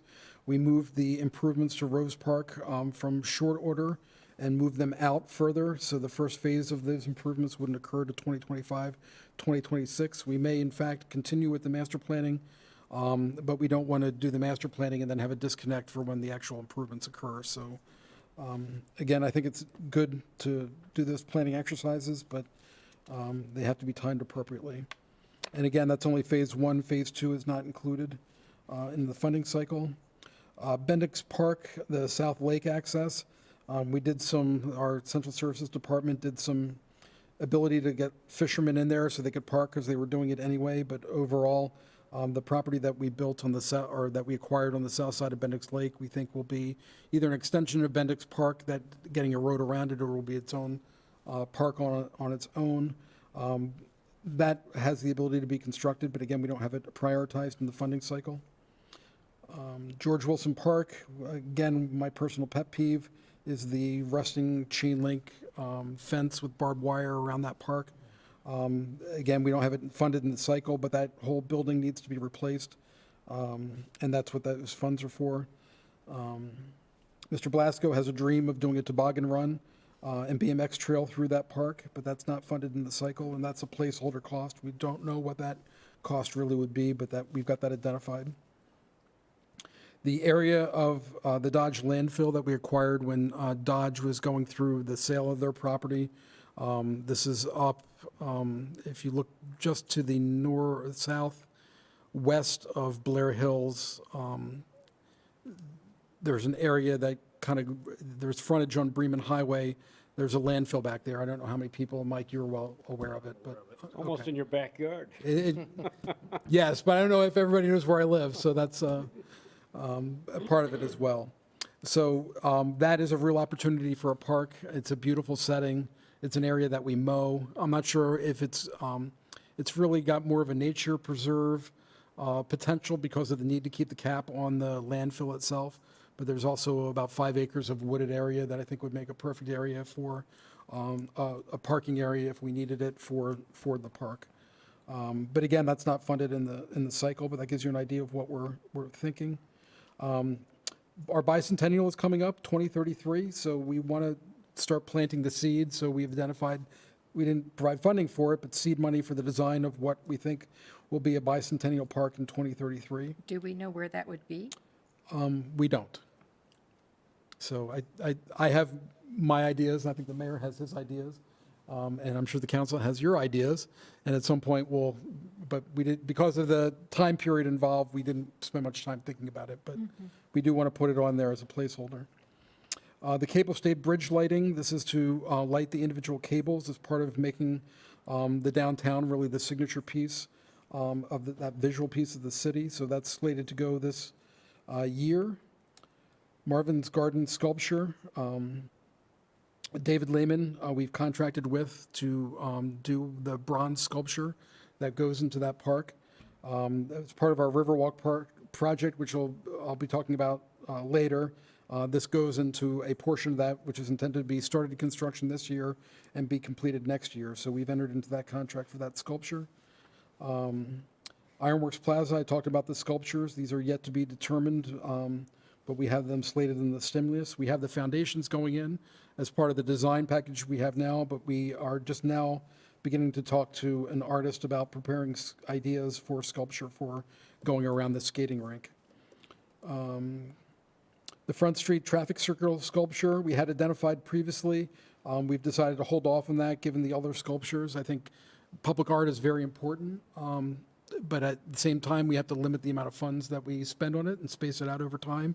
So with both the Marv's Garden sculpture going and then also the sculpture that would be going in the skating rink area, we thought we'd hold off on the traffic circle sculpture for now. Crawford Park Phase 1, we went through the master planning process. I think it was really successful. The Phase 1 has got to include the replacement of the restroom and also the play area to provide more amenities for the park. Really, Phase 1 is the Niles Avenue project that's going on that's providing additional parking along the street. So this would really be Phase 2 of that master plan. Phase 3, or Phase 2, as I've listed it here, is not funded within the cycle. Central Park Picnic Plaza, we finished up this year, so that 50,000 is done. The Digital Princess of the Ironworks, we still have the pedestals and areas that we'd like to do digital displays. By the Mill project, we've just hit some mental blocks on that project, but we still hope to get that off the ground, and that's slated for this year. And then that is the total for the arts, or parks and lighting, so. Any questions? No? On Riverwalk Trail projects, we're still acquiring. We have 2 parcels left along the Cedar Street to Race acquisition. The Cedar Street to Marvin's Garden, the connection, that is the next area that's committed. That starts this year, but the construction would bleed into 2022. And then Cedar Street Bridge is a federal aid project, so the numbers listed are just a match, and that's intended to be constructed in 2023. So at the end of 2023, if everything goes as planned, Cedar Street Bridge will be redone and we'll have a Riverwalk connection that loops. So instead of the end connection or end loop being Central Park, the end loop as it currently exists will connect to Cedar Street in 2023, which we think is really exciting. The other exciting part of that is the Cedar Street Bridge. Forgive me, Josie, if you're listening, but is one of the uglier bridges. He designed at least the structural part of that. That's why I give Joe a mention. What's that? Yeah, ouch. I agree. That's all right, Joe. It's very industrial. It's industrial, and it also matched the period. So in Yeah. that period, that was the going design. So luckily, DLZ, the firm that he works at, but Mr. Cometh is doing the structural work, I believe, this time. It is redesigning the surface and is also widening the decks, very specifically to provide a much wider walk on that west side of the bridge. So that will provide for the mixed transportation uses of bikes and pedestrians, so they're not in conflict with each other, as well as providing the barrier between the cars and those. So we're really looking forward to seeing all those projects to come completion, and we think it's been a long time coming, but there's a whole lot of work required in terms of getting those properties acquired. As I mentioned at our previous meeting, the Riverwalk Restoration Bank Armoring, There's numerous areas along the Riverwalk, and I use under Main Street Bridge as an example, where we poured concrete and we put rocks and we put boulders to provide fishing access down there, and just the power of the river has washed those away where it's now a dangerous situation. Included in that project is also modifying the area along the wastewater treatment outfall, where some of the the wall on the back side of it would be removed, and the railing would be moved out to provide more width, at least a little more width, but also more visibility as you turn that corner. We've had accidents there. I don't want to dwell on that anymore. So then moving on to Prospect, Indiana to Monkey Island acquisition. That is a placeholder number. There's one house. We acquired multiple houses as part of our previous acquisition. When you move just to the east of Merrifield Park, you notice that one house there. When we talked to that owner originally, his mother had moved in, and he's taking care of her. He said, I don't want to leave. I don't want to move until my mother passes away, essentially. So we have a placeholder in there for that one acquisition. And then we know we need one more acquisition at least one more acquisition in order to provide a connection into the golf course. So those are those two numbers that we don't have funded, but we have shown there. Prospect to Monkey Island design. That's just the design for that project. Again, not funded. The West Street connector is the area from Front Street. We just built the asphalt trail. But if we do have a developer that wants to build the permanent project that we talked about using a TIF, a separate TIF project for, if that area develops with a permanent, we want to be able to go in and build the permanent walkway connection that provides connection to Cam Island to Front Street. We call that the West Connector, and that's what that project would be slated for. And because we have development interest is why we've identified it in the stimulus. The other thing that I need to say about the stimulus that we failed to mention earlier is how we've set it up is the majority of projects, when you look at the ice rink, the ice building, that's the $20 million project. That's a significant chunk of it. We are ready to go to bid on that, and we will get bids back on that in April. So we are ready to go on those projects. The other projects, like the fire station, we haven't started design on. We are working with the school city for the acquisition of the property. We're moving forward on it. But what happens is if we need a certain amount of room to push projects around. So if the stimulus is approved, and let's say the rink comes in at $24 million instead of $20.5 million, we need to move projects along. So we would definitely make the fire station a priority, but we would likely have to push it another year out as a result of where the bids come in. Alternatively, if we have the numbers come in lower, we can then add projects in and move forward. So that's the flexibility as we've looked at these stimulus projects at stages. Some are going to go early and some will immediately start proceeding on, but would go next year based on the bidding climate. So that's how we've had to set it up to move money. So we have on there the Monkey Island, the bridge to Jefferson. We acquired property for that. It's sitting there. We don't have that project funded, primarily because we don't have things connected yet. Edgewater Drive, we said we wouldn't consider until all the other pieces were built, and we don't have anything identified in the funding cycle for any kind of walk on Edgewater Drive. Riverwalk Linden through the golf course. That's just taking advantage of the golf course's position and getting a walk put through there, but we don't have it funded in the cycle. Jefferson Boulevard, the multi-use trail east of Logan. This is something we were talking about with South Bend that never came to fruition, but it's not funded in the cycle. Lincoln Way west of Logan Street for acquisition. We've got that identified, but not funded in the cycle. This is again for the Riverwalk connection. So when you think of the Riverwalk, right now it ends at Logan Street, but on the south side of the river, on the north side of the river, obviously it's South Bend in that location, but on the south side it's Mishawaka. And right now you have the NDOT just came in and did some sheet piling where they were losing the road there. But we think until you get to the commercial section, it's an opportunity to narrow it to 3 lanes and get the Riverwalk connected to the further west portion of Mishawaka south of the river. So we think that would be an ideal connection. Right where the old auto auction site used to be would be a logical connection if we could ever agree to it with South Bend to get a Riverwalk bridge connecting to where Nooner School comes down on the other side. Again, this is very far thinking, but it would start with the property acquisition. So that's what that number is there for, but again, not funded in the cycle. Lincoln Way West, and this is again, just the construction associated with narrowing it and getting the Riverwalk down there, again, not funded. And the Judy Creek Trail, Phase 1, we had done a master plan for Judy Creek in order to provide a walkway. Even as part of Veterans Parkway, we've constructed a walk as part of that. There's a walk now on that portion of Douglas Road. Our plan was to connect that in through Edison Lakes following Judy Creek. So we still have that master plan, but we don't have anything funded within the cycle. Just again, priorities and making decisions on what we're going to fund and what we're not going to fund. Does anybody have any questions on those Riverwalk Trail projects? No. Moving on to building projects and industrial projects. The mayor talked about Fire Station number 2, so we've got that placeholder number for that.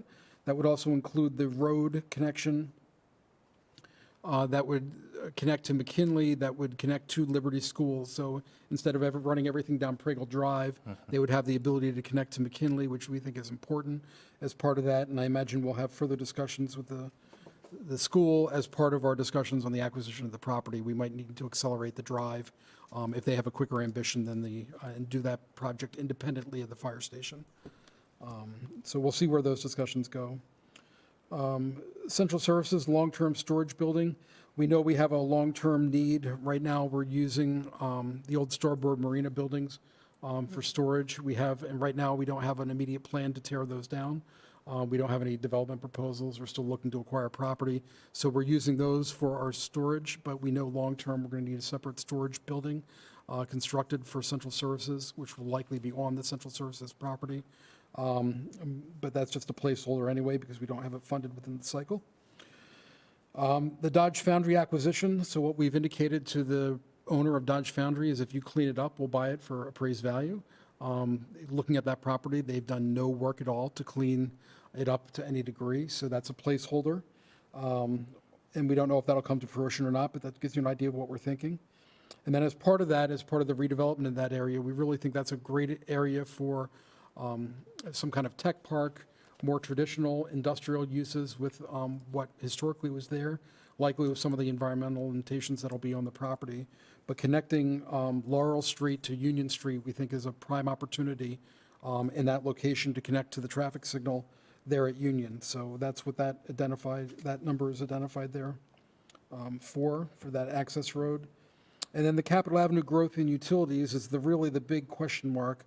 So at some point, we think a developer will reach a deal on property located along Capitol Avenue, and will look to bring a large portion of it into the city. I don't know if it's going to be a year from now. I don't know if it's going to be 20 years from now, but that's the logical growth area of the city. I think market prices and other available land will ultimately impact that. But that's where I talked about needing to issue another bond. If a large proposal like that came forward, that's the area where we need another bond in order to extend water and sewer to a large development. We do have the property, as you remember, probably, I want to say 10 years ago. We acquired right-of-way from AEP in order to extend that. We have the planning in place to extend that infrastructure. What we haven't done is actually funded the extension of that infrastructure, which is significant. Does anybody have any questions?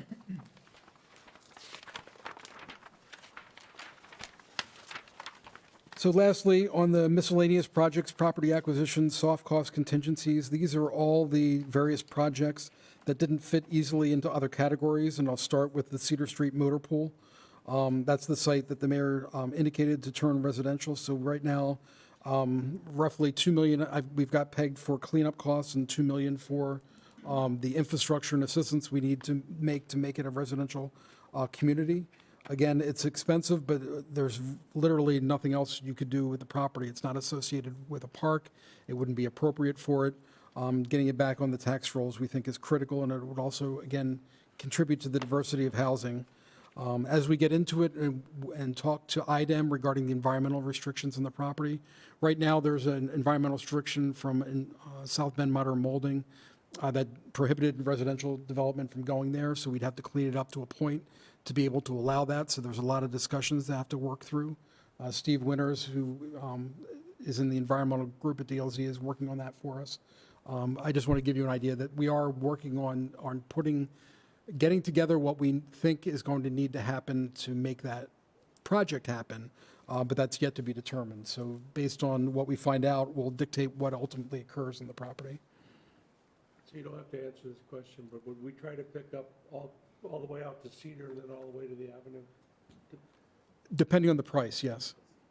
And probably not to the Avenue. So when you look at the Avenue properties, we do have one that we built a first-time home buyer house on the Avenue, but there's a steep drop-off back there. So where we would probably look to acquire the properties on Cedar Street, we probably wouldn't look to acquire the ones on Mishawaka Avenue.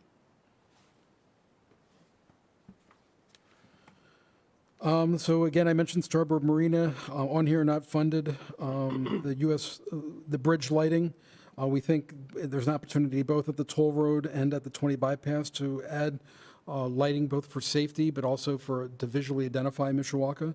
We have those placeholder numbers on here, but it's not funded.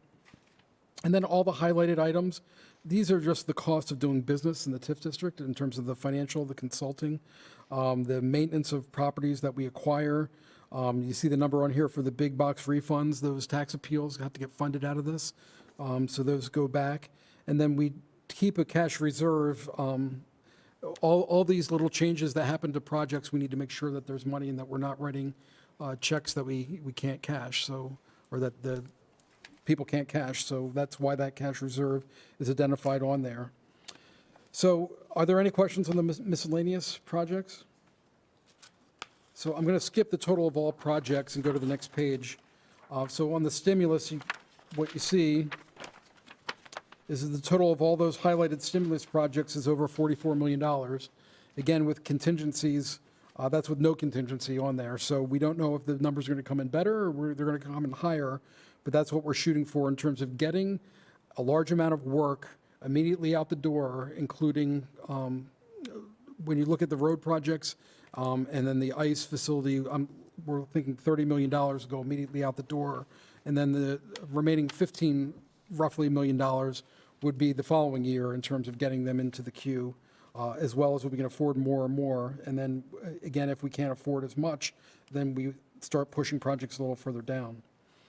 So over that 6-year period, what you're looking at in terms of totally what's committed, and this includes the stimulus projects, we're looking at $178 million of expenditure of doing infrastructure projects, of which 45 million of that is associated with the stimulus, the bond issue.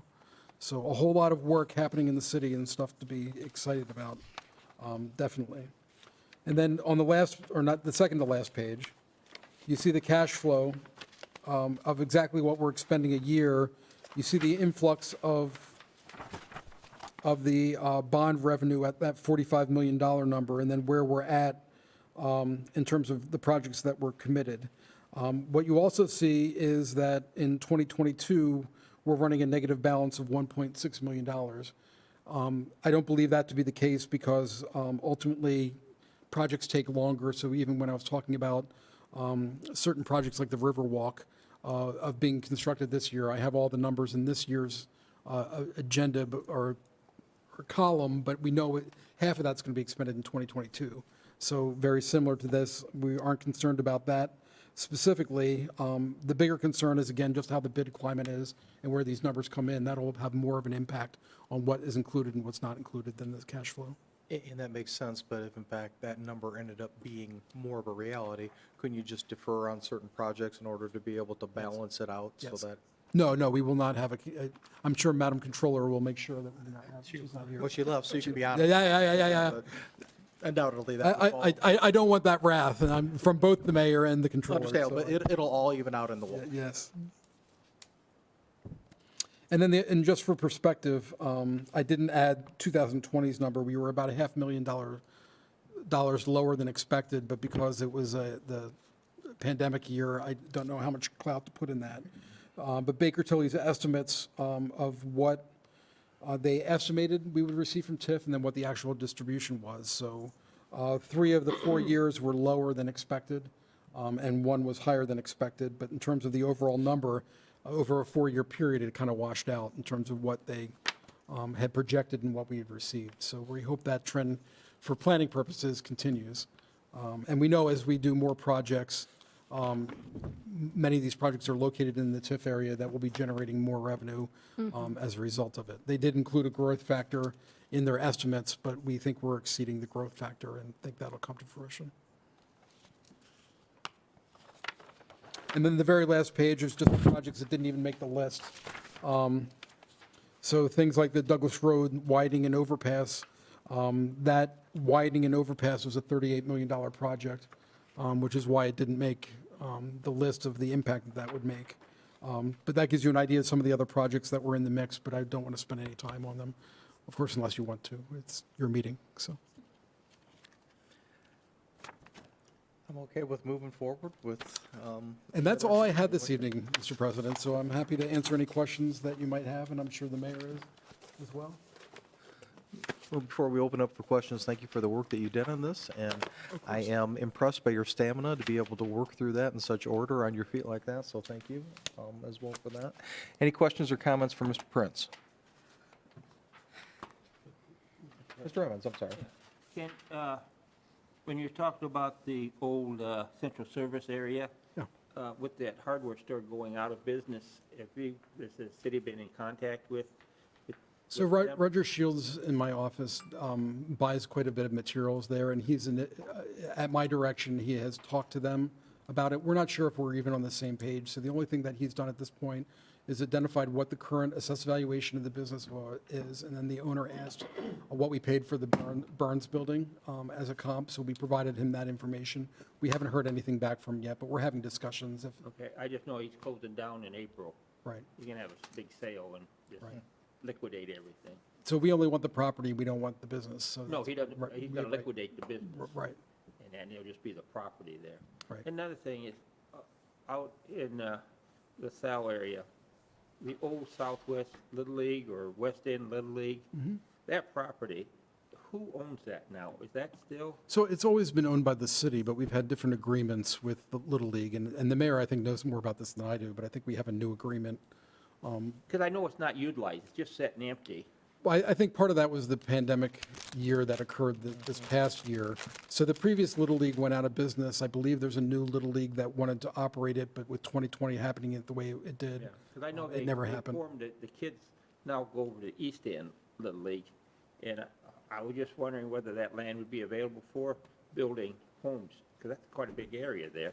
I'm just questioning that, because I know that land is just sitting there. So we've owned the property. We've had, as Mr. Prince mentioned, an agreement with the previous Little League. And we started getting calls and complaints from neighbors that buildings were getting broke into. And then we got a call in the past about, if the city could start maintaining the Little League because they couldn't even afford to buy things such as belts for mowers and such. So that kind of told us the writing was on the wall that the Little League probably wasn't doing very well. So then we couldn't get a hold of anyone. And so we essentially secured all the buildings, the city did, so we locked them with our own locks. We never heard back from anybody about that. So we're looking, we've talked to East End about maybe using that as an overflow practice facility, that type of thing. They would maintain it, not us. And so then the pandemic hit, and so that's where we're at now. But I agree with you with the park access and with some of the good street access there. It would be very conducive, I would think, for residential neighborhood Yeah, 'cause setting. it's a neighborhood area, so. Right, and the city does own it. Just being an old Little League kid myself, just it breaks my heart to see those things kind of go by the wayside. So we wanted to give it every opportunity to succeed as baseball fields, and so I don't know if we're at the end of that or not. So, Mayor, I was contacted by Dominic Zoltansky, who runs the East End, and said he was interested Yes. in that. Yes. And what he does at the East End is fantastic. He's done a Right. really good job. Yes, So he we- was asking for donations and that. But if he's involved, I think it will be successful. We've talked to them, and we've got a kind of a resident baseball pro on staff here, Bo Hunt, and so he's. He doesn't know anything about baseball. Yeah, well, he's done a lot of the, kind of the conversations, and he I know he spoke with them as well. He has a travel team that might be interested in using it too. We just want somebody who will maintain it and keep it secure for the time being until we can master plan and maybe come up with something much, much longer term, better for the neighborhood. So that's where we stand with that. He's done a good job at Easton, that's all. I Yeah. can say. He's done a good Yeah. job out there. Yeah, we'd be happy to talk to him, and in fact, I know we have, so. Any other questions or comments for Mr. Prince or Mayor Wood? I just have one comment. I think the athletic facility is probably going to be as big a news as the mall coming back when it was a dirt road. I really do. I think that's huge news for the community. I think the overall projects in this is exciting too. That's how I feel. The hearing tomorrow on it, and so, we're optimistic about getting the funding. We're already getting some, we're optimistic about getting more. Would love to see, just personally, I would love to see that area be kind of a sports, entertainment, kind of a campus or a district, if you will, so I could see a lot of that kind of use up there with the athletic facility as the anchor, and then maybe even some other uses that would complement that very well. So I'd love to see a Topgolf there. Agreed. Yeah. Agreed. It couldn't be a Topgolf because we need an IKEA. Well, good with that too. But, we've had some interest in the past about IMAX theaters and things of that nature. I could see that being a real nice area for entertainment and sports. It's just conveniently located with the highways and such, so should be the next thing. Well, I know I've mentioned this before, but I spent a lot of time in hockey rinks, and if we had 6 sheets of ice within 4 or 5 miles of each other, that would bring in tournaments, big time. So our hotel, motel folks and, the Visit South Bend, Mishawaka tell us that hockey is second to kind of Notre Dame football and such to bringing in people into the area to stay at hotels. Right, because you come for 2 or 3 nights. I Right. mean, they'll fill every weekend. I was just a With couple hockey. weeks ago, I was out at a restaurant, there were several hockey teams that were, you could tell, in town for some kind of tournament or another, and now there's not enough sheets, so teams are going up to places like St. Joe, Michigan, to play, and because we don't have the proper amount of sheets. That's what our experts here and the operator of the facility are telling us, that ice is, and when we first started conversations, ice, that wasn't even in the discussion, so it's how popular it's becoming. So my only other comment is that I would, if there was ever an opportunity to move Crawford Park up, that park has never, I've lived here for 30 years, and that park's never been anything the entire time that I've been here, and I sure would like to see, the plans that we talked about a year and a half ago,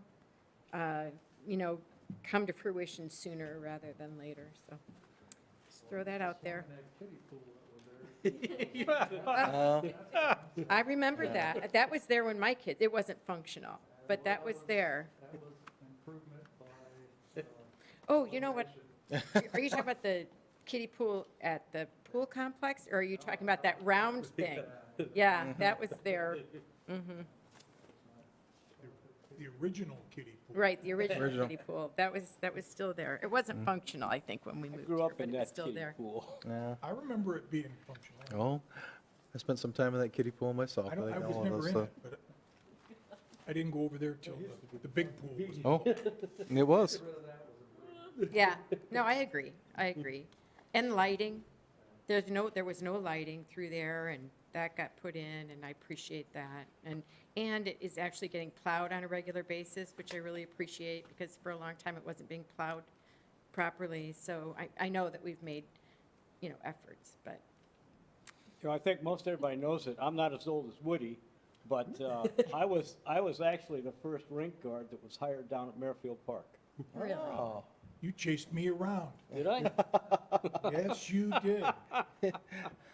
Did you throw all them off coming the back to ice? us now. You're out of here. We're looking for rent cars now. There you go. Oh, Part-time job, Oh, get those power skates back out. Right, Mike's in pretty good shape. I You still can have do a, it. I still have a couple pair of skates. Yeah, I but don't, nostalgia aside, are there any other comments or questions? Mr. Evans? Question, I've had people ask about it. Down there by Myers and that, where you come off of the bypass, that is so dark that when you come off, you don't know whether you're going into the turn lane when you turn to go north. Yeah, that one's And dangerous. and is that our problem, or is that the state or county, or? The city starts on the north side of the bypass there. So the interchange is actually, it's in the county, but it's maintained by the state, the actual interchange itself, or the county. So, well, actually, the bridge would be maintained by the state as well. But, yeah, it's outside of our service territory there. Because I know when you come off of the bypass and you go to make Yeah. a turn. No, it's tough. I You can't do that see all the the time. lane, and then you don't know what lane you're Right. you're They're going not into. clearly painted or anything. Yeah. Right, and in the through snow, there. it's All right. terrible. Yeah, it is bad, so, but Is yeah, there that's I something just, we should, because I've asked about that. probably NDOT. yeah, well, maybe we should just all start calling NDOT about it. AEP, actually, we're getting ready, you'll hear something about that, but we're doing a territory swap, and that's actually going to be or AEP, I&M territory, service territory for streetlights and such. So, Okay, yeah, but it's outside the city limits. okay. And then another question for you. At the far west end of Milburn Boulevard, that where you have South Bend and Mishawaka, part of the Ironwood is Mishawaka, part of the South Bend. When you're going south, coming underneath the viaduct and you stop at the light there at Milburn and Calvert, there's a place for a turn light, but nobody's ever put one up. Is that South Bend, or is that Mishawaka, since it's on Mishawaka side? I mean, it backs up traffic because they line up and with just a green light. So a turn on to Calvert? No, when you're gonna turn left onto Milburn, when you're coming Oh, underneath, so as you're heading you're south? heading south So I would guess on that Ironwood. the center lane there is probably the city limits. And so, typically, it probably is. Yeah, because they've got the wiring right hanging down Yeah. from the pole where the lights are, Yeah. but there's no turn light and it backs up, and basically you're lucky to get anybody through there. I'd have to I find just out didn't from know. engineering who maintains the traffic signal there. Yeah. I'm guessing it's South Bend, but I'm not positive. And, typically these things go, if we're doing a project, we might share some of the cost on that. If we're plowing the street, one way or the other, we'll drop the blade, and even if Yeah. it's on the other side, we'll still plow it, and they'll do the same. And so it's, I just didn't know whose priority or who owns Yeah. that or whose responsibility yeah, I'd was have to that. check into that. That's it's but- happened. Yeah, I don't know who installed, I don't think we installed that. I think that was a South Bend project way back. Right. And then when it veers out, you definitely leave the city. So when you go to Ironwood and Lincoln Way, that whole intersection is outside of the city of Yeah, Mishawaka. the way they changed Right. the pattern of it, yeah. Yeah, I don't know who maintains our side, but our side is a lot better looking than the other side of it for the, the landscaping and everything. I That's don't the, know. isn't it the Progress Club yeah, that maintains that? All right, other questions or comments? No, thank you very much. Then again, thank you, very well done. Appreciate it. thank you, and hopefully you can all see why, not just in conjunction with the bond and the stimulus, but this is a great overview with regard to any number of different projects. So again, thank you for the information.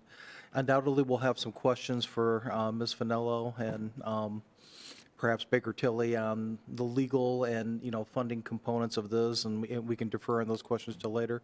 One thing, not necessarily tonight, but as we work through the process, that I'd be interested in your thoughts on, both of you, is it's clear to me when we talk about the stimulus impact of this, how that'll play out in the short term with regard to the trades and the construction jobs and what it'll do.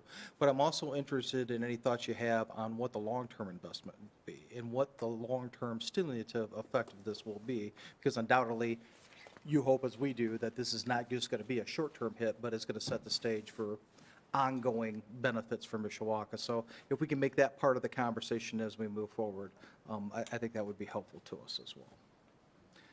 But with that, if there's nothing else to discuss, thank you, everyone, for your participation this evening.